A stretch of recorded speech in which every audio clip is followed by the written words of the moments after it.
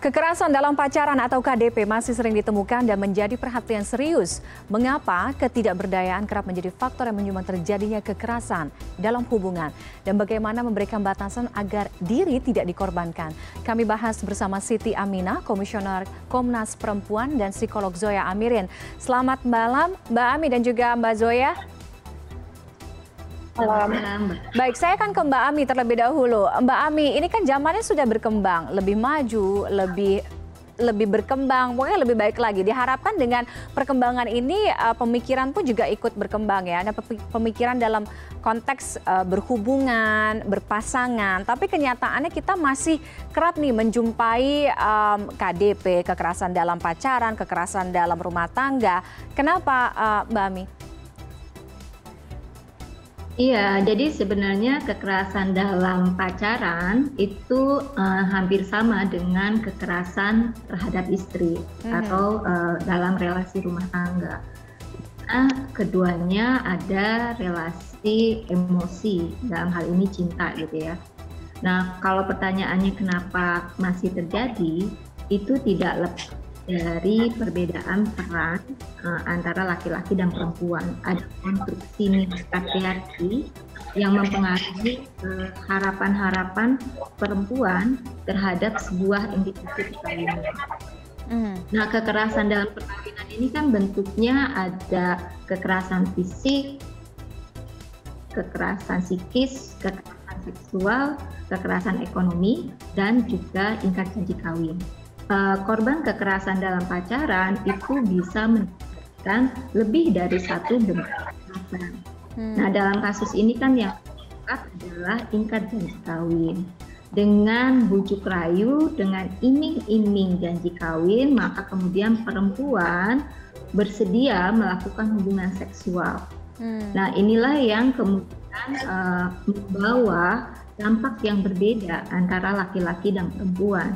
Terhadap perempuan, hubungan seksual di luar nikah, kemudian ada iming-iming janji kawin, itu membuat perempuan kemudian terjadi kehamilan yang tidak dikehendaki, dan ketika terjadi kehamilan yang tidak dikehendaki, maka terjadi tadi pemaksaan atau pengukuran janin atau kandungan.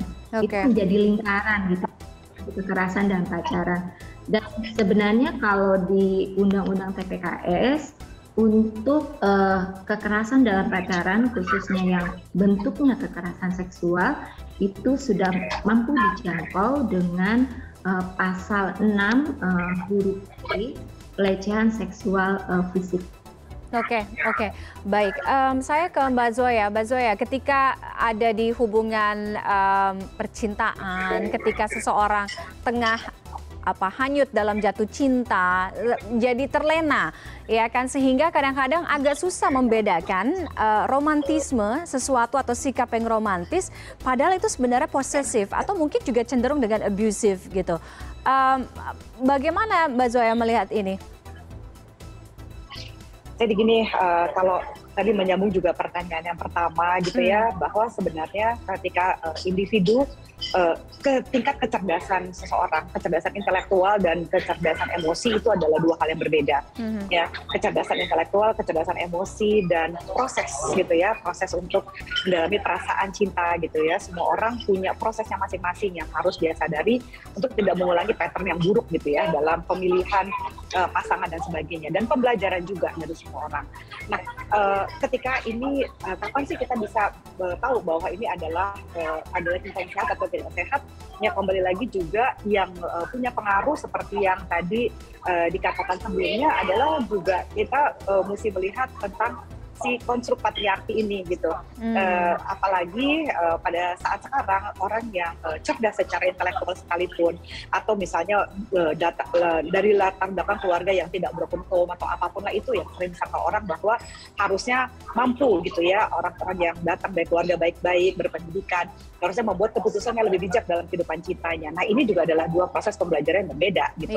Kalau misalnya ada tidak kesetaraan di dalam sebuah hubungan ini, ada proses patriarki di mana si laki-lakinya yang harus lebih berkuasa. Dan lebih parahnya lagi jika si perempuannya itu mengalami, misalnya dugaan saya adalah Stockholm Syndrome in relationship, di mana kalau Stockholm Syndrome sendiri adalah individu yang jatuh cinta kepada pria yang menyakiti dia gitu. Nah, kalau Stockholm Syndrome in relationship adalah seorang perempuan ya yang mentafsirkan cinta pada dirinya sendiri itu sama ketika dia mencintai orang lain dengan melupakan dirinya gitu ya. Jadi dia percaya atau melakukan terus gitu ya berdasarkan janji. Dia bisa juga jatuh cinta pada potensi dari si laki-laki ini ya, kalau misalnya tadi mungkin terdengarnya lucu ya karena kok sampai 7 kali menggugurkan kandungan gitu ya, terus dia gitu kok dia masih mau lagi sama orang yang sama, apakah dia nggak bisa mikir, toh cuma janji. Ya, tapi ketika seorang individu jatuh cinta baik laki-laki ataupun perempuan gitu ya, ketika dia jatuh cinta kepada seseorang karena mempercayai potensi si orang ini akan menikahi dia, ya itu kan tidak ada batasannya gitu ya. Dan dari apa yang kita nggak tahu nih gitu, janji seperti apa yang membuat dia yakin gitu ya, apakah dulunya dia pernah baik banget memberikan love bombing gitu ya, sehingga wah dia tuh pernah sebaik ini sama saya, nggak mungkin dia nggak cinta. Dari satu kejadian yang sangat-sangat menyenangkan, sangat-sangat meyakinkan tentang arti dari cinta itu sendiri, dipersepsikan bahwa semua perilaku buruknya tidak dihitung oleh si individu ini ya, apalagi ada manipulasi gitu ya, ada cinta yang sehat, dan bisa jadi dia belum pernah mengalami namanya relationship yang sehat itu seperti apa.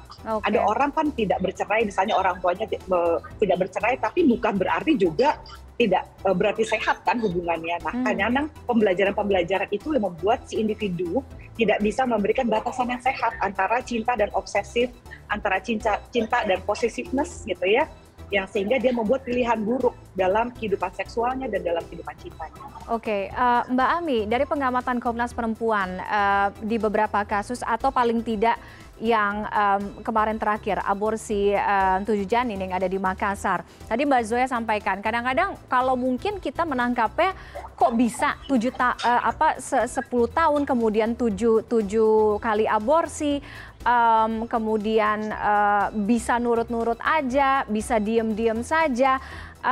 Kenapa pada akhirnya korban itu ada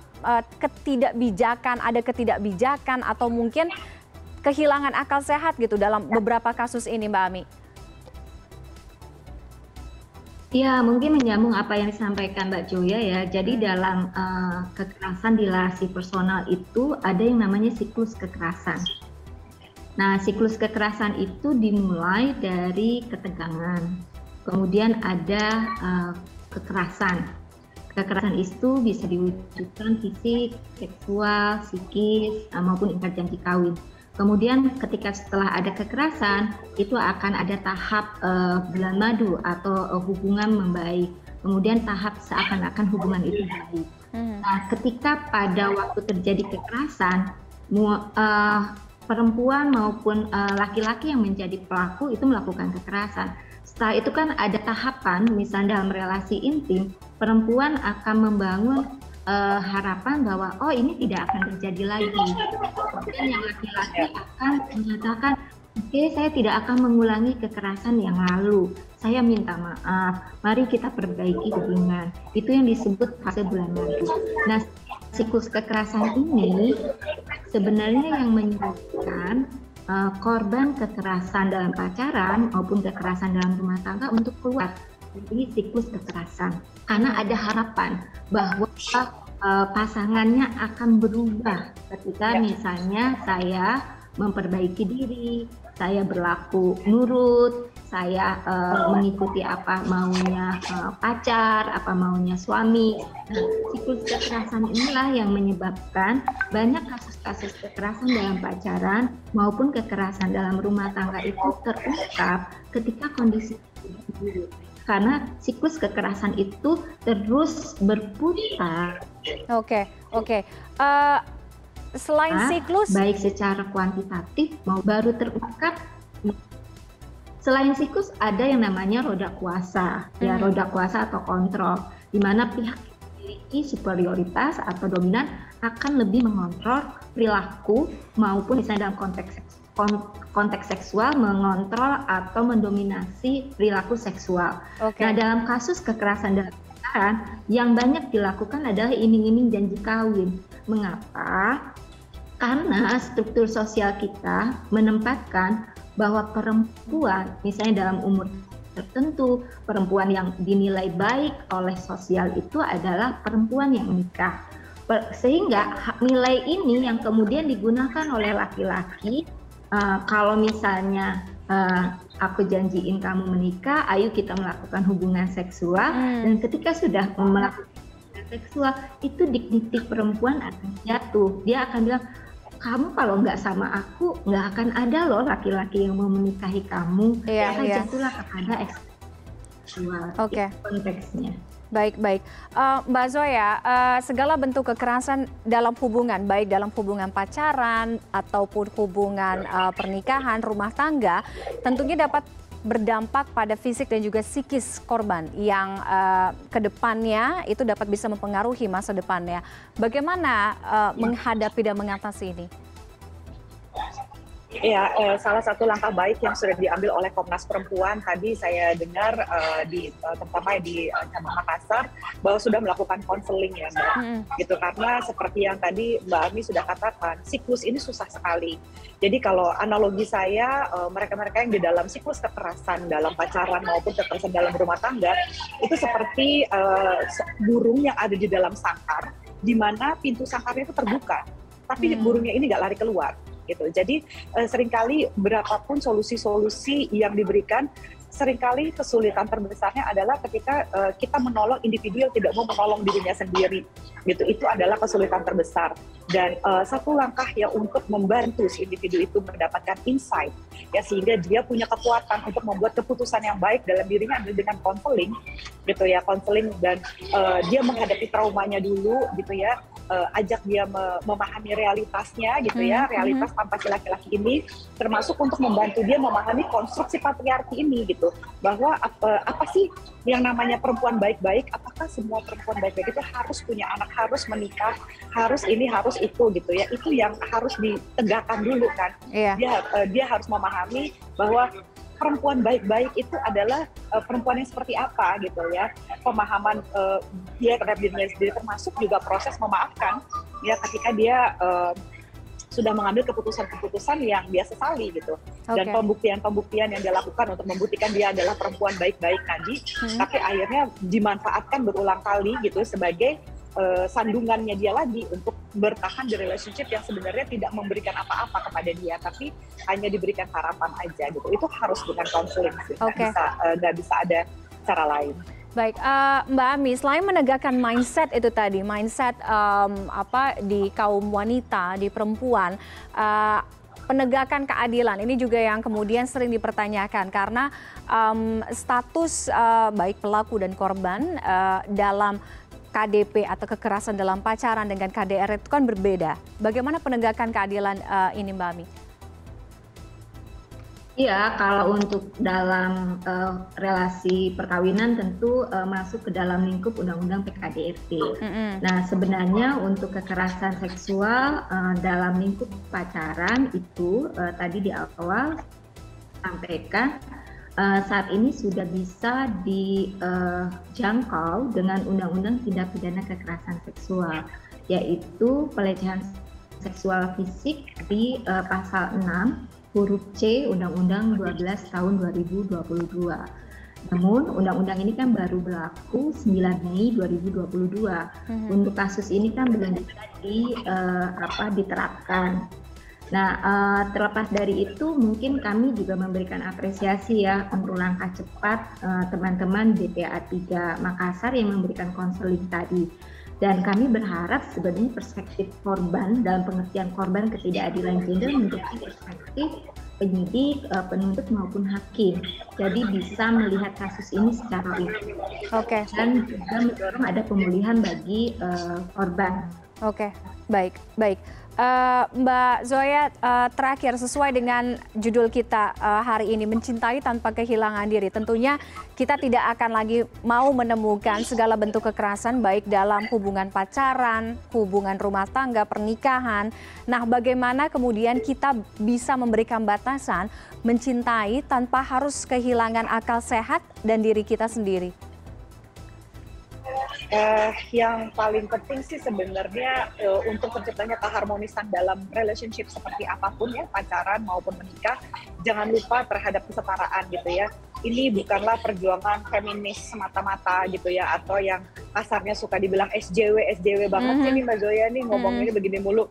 Kesetaraan itu bukan mau menginjak laki-laki, tapi kesetaraan ini adalah kunci keharmonisan. Ketika tidak ada relasi kuasa, ketika sebagai laki-laki, sebagai perempuan di dalam hubungan heteroseksual yang sehat itu berbagi peran gitu ya, bukan berarti perempuan harus begini, laki-laki harus begini, tapi berbagi peran sesuai talenta dan melakukan hal-hal yang tidak disenangi bersama-sama gitu ya misalnya. Jadi bagaimana peran saya menjadi versi terbaik dari diri saya ketika saya bersama dengan dia, dan dia menjadi versi terbaik dirinya ketika bersama dengan saya. Itu sih kuncinya. Karena kalau tidak ada kesetaraan, semua orang di dalam sebuah relationship berasumsi bahwa kamu harus begini karena masyarakat mengaturnya demikian.